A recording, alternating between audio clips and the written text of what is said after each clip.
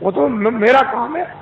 तुम तो चिल्लाते जाओगे, बहुत से आते हैं बाबा जी हम आपका उपदेश नहीं सुनना चाहते। हमने कहा भाई बहुत अच्छी बात, हम उनसे बुरा कब मानते हैं।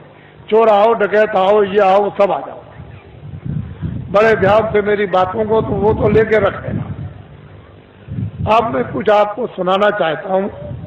वर्ण व्यवस्थाएं थी, उसका आपने उल्लंघन किया, उसको तोड़फोड़ दिया, उसको बिगाड़ दिया, नष्ट और भ्रष्ट कर दिया, तो आप सब के सब लोग रो रहे।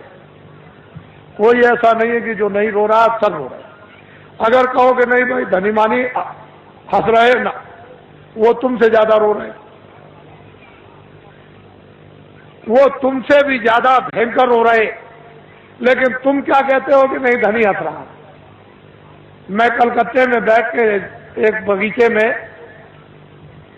चुपचाप बैठा हुआ था, तो दो आदमी बड़े सेठ पास में बैठ गए और आपस में बात करने लगे। अरे क्या जमाना आया, क्या मुसीबत है कि दिन में खाना भी नहीं खा सकते हैं, क्या आफत है। इससे अच्छा तो यह है कि बेचारा ये गरीब सो रहा है, ये बड़े आराम में बड़े सुख में है, और हम इतने पैसे वाले, मकान वाले और सब कुछ होते हुए और इतनी परेशानी में। तो हमने कहा अरे सेठ जी क्यों आप चिल्ला रहे हो, पहले तो तुम ये देखो कि ये जो सो रहा है वो कौन है, उसको जगाओ। उसको जगा गया, भाई तुम कौन हो। कह लगे अरे बाबूजी हम तो ठेला चलाते हैं। कितना दिन में कमाते होगे बाबूजी, बड़ी मुश्किल से 20 रुपए मिल जाते हैं। तो अरे भाई ये बताओ कि दुनिया में सुखी कौन है। कह लगे जिनके पास कोठियां, जिनके पास मोटरें, जिनके पास कपड़े, जिसके पास धन है और जिसके पास ये और जिसके पास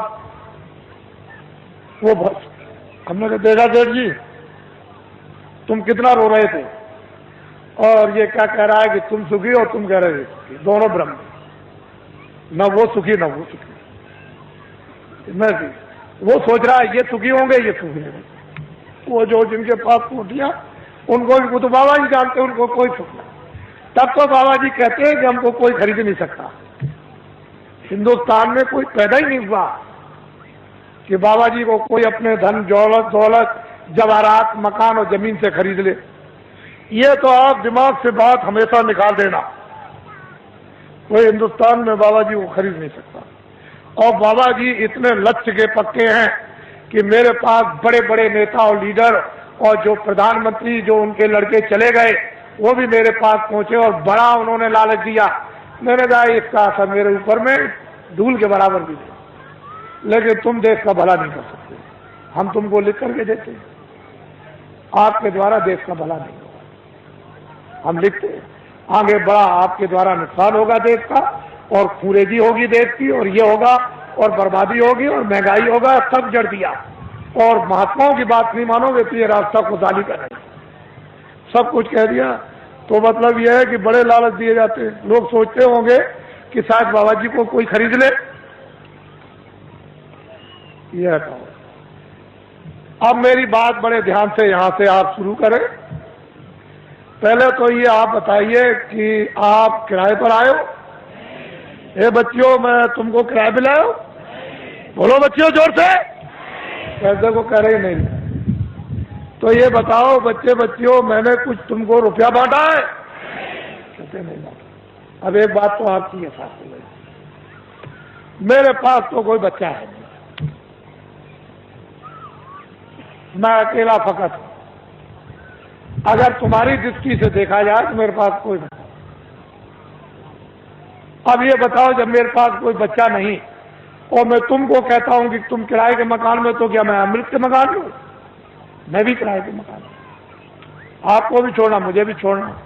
तो जब मेरे पास बच्चा नहीं तो मोह किसका, लोभ किसका, झूठ किसका, वादा खिलाफी किसके लिए, चोरी किसके लिए, संग्रह किसके लिए? तो मैं ये समझता हूं कि ये जितने खड़े बैठे हैं बच्चे बच्चियां, ये सब मेरे बच्चे हैं। उस दृष्टि से, ज्ञान दृष्टि से तो सब आप मेरे बच्चे हैं, और संसार की दृष्टि से आप अपने माँ बाप के बच्चे हैं। बात समझ में आई? मोटी बात को समझ लीजिए आप। बाबा जी को तो कोई राष्ट्रपति और प्रधानमंत्री बनना नहीं है, न इसकी कोई ख्वाहिश है। अब समझ लो अच्छी तरह से आप। कहीं आप सोचने लगो कि नहीं बाबा जी को कोई ख्वाहिश हो अरे हमको राष्ट्रपति की और प्रधानमंत्री की हमारे पास तो जनता, इतनी जनता रहती है, और क्या है। जो झूठ बोला जाता, धोखा दिया जाता, बेईमानी की जाती, चोरी की जाती है, लोगों को सताया जाता, लोगों का धन इकट्ठा किया जाता, वो तो सब ये सब ये। तो ये भी आपको पता चल गया कि बाबा जी न प्रधानमंत्री बनते, न बनेंगे, न ख्वाहिश है, न इच्छा, न राशि। अब ये बातें बिल्कुल आपके सामने साफ हो गई। अब दूसरी बात तो अब कुछ नहीं। अब ये उत्तर प्रदेश में जो ये कहा गया है, अखबारों और रेडियो पर बड़ा जोरदार भाषण जो सीधा दिया गया है, तो लोगों ने सोचा होगा कि अरे भाई बहुत अच्छा है, देश में बड़ी तकलीफ, सूखा और अकाल की आ गई, और बड़े लोग जो हमारे नेता और लीडर है बड़ा ध्यान रखते हैं, बड़ा ख्याल। असल में जब सत्याग्रह चल रहा था तो इन्हीं नेताओं और लीडरों को लोग क्या कहते हैं, देवता है, देवता। अरे हिंदुस्तान के लोगों, जब देश में 30 साल सत्याग्रह चल रहा था, उस समय पर कहा गया था कि अपने देश का कपड़ा तुम कपास पैदा करो खेतों में, और उसका मोटा दरी के बराबर सूत बुनो, और उसका तुम कुर्ता बनो और पैजामा या धोती, और वो उसका नाम है खद्दड़, उसको तुम पहनो तो देश आजाद हो जाए। हमने 30 साल ये सुना। क्षमा कीजिएगा, माफ कीजिएगा, ये सब इस पीछे पूरी 30 साल सुनी और अंग्रेजों का राज होश में देखा।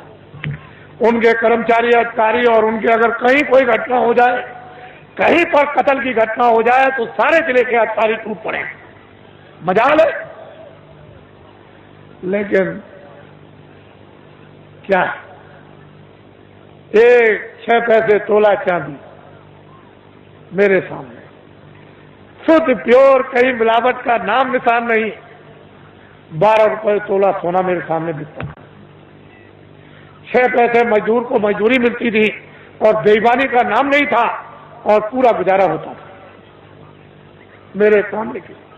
1 रुपए का 60 किलो चावल, 60 किलो गुड़ और 60 किलो चना बाजार में बिकता था। देहातों में तो छोड़ दीजिए, सब लोग, ये इनकी व्यवस्थाएं बनाई हुई थी कि 1 इंच की भी जमीन किसी के पास नहीं है तो बड़ई तुम चले आओ खेत में, 1 बोझा बांध लो, लोहार बांध लो, धोबी बांध लो, ब्राह्मण बांध लो, जिसके पास जमीन नहीं खेत में आ जाओ 1 गट्ठा बांध के, और 100 घर गांव में हुए तो 100 गट्ठे उसके 1 फसल पर हो गए। 2 फसलें होती थी 6 महीने के बाद।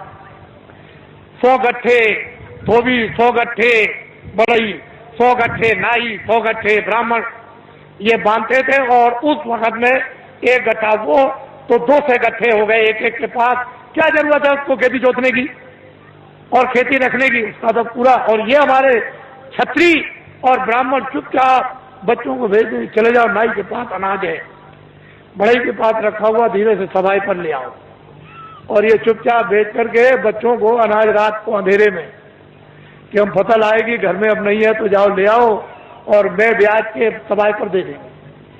हमने देखा ब्याह शादी में ये छत्री और ये ब्राह्मण उन छोटे लोगों के काम, कपड़ा देना, ये देना, वो देना, अनाज देना, दूध देना, और फिर घी देना, लकड़ी देना, किसी तरह की छोटे को कोई तकलीफ नहीं हो पाती। हमने देखा कोई छोटों के साथ अन्याय तो कर ले, हम देखते तो हमने देखा 30 बार सत्याग्रह देखा। क्षमा कीजिएगा, 48 में आजादी मिली, 5000 भी हिंदुस्तान में कदर करने वाले नहीं थे। समूचे हिंदुस्तान में पाकिस्तान को भी मिला दिया जाए, उसमें भी, और लंका को भी मिला दिया जाए, तो 5000 हिंदुस्तान में कदर करने वाले नहीं थे। जब ये कहा गया कि देश आजाद हो गया, कदर कर लो, कह लगे हम नहीं करेंगे, अपने घर और मकान कौन जलवाएगा, कौन बर्बाद कराएगा, इतना खौफ था। और एक दिन की आवाज पर इन बच्चों ने 1 करोड़ ने टाट, चलो जंगलवासियों, चलो चलो जंगलवासियों, आप अपनी जगह पर रहो बच्चों, वही धीरज के साथ सब लोग उसी जगह बैठे रहो, अपनी अपनी जगह पर बैठे रहो।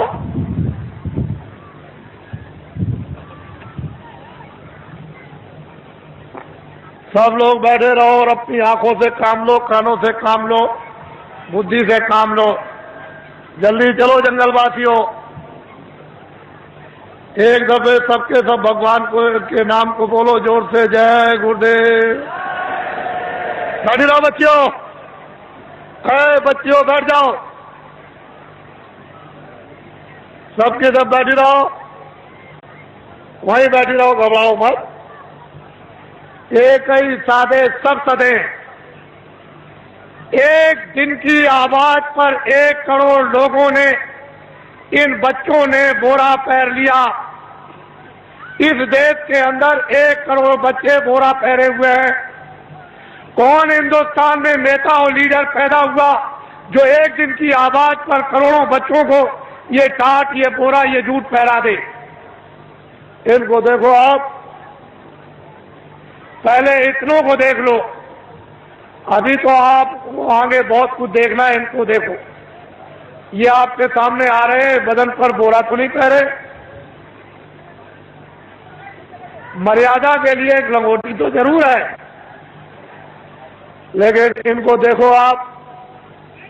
जल्दी चलो बच्चों, जल्दी से इनको देखिए आप। हमको ये दिखाना है आपको कि एक दिन की आवाज पर इस देश के लिए, देश के काम के लिए, देश की सुरक्षा के लिए, देश के न्याय के लिए, देश की व्यवस्था के लिए, काश्तकारों के लिए, कर्मचारी अधिकारियों के लिए, मजदूरों के लिए और छात्रों के लिए, सेठ और साहूकारों के लिए, अगर 1 करोड़ बच्चे एक दिन की आवाज पर ये टाट पहन लें तो ये कोई साधारण और आसान काम नहीं है। तुमने इतनी बड़ी बड़ी ताकत लगा दी और 5000 को भी तुमने खतर और टोपी पैजामा धोती नहीं पहरा पाया, और 1 करोड़ बच्चे टाट पहरे देश में घूम रहे हैं। पहले तो लोगों ने सोचा था कि बाबा जी मजाक कर रहे होंगे। बाबा जी कोई किसी के साथ मजाक नहीं करते। इनको देखो अपनी आंखों से, बच्चे और बच्चियों बैठे रहो, वहीं से सब कुछ दिखाई देगा। क्यों घबराते हो? सब दृश्य दिखाई देगा, पूरा का पूरा। तो रात अंधेरे में तो हो नहीं रहा, ये तो आपकी आंखों के सामने रोशनी में हो रहा। बड़े ध्यान से आप इनको देखें और हमारी बातों को चुपचाप शांति से सुने। कोई बोलेगा नहीं बैठाने वाला, अपनी अपनी आवाज को बंद रखो। इनको देख लीजिए आप,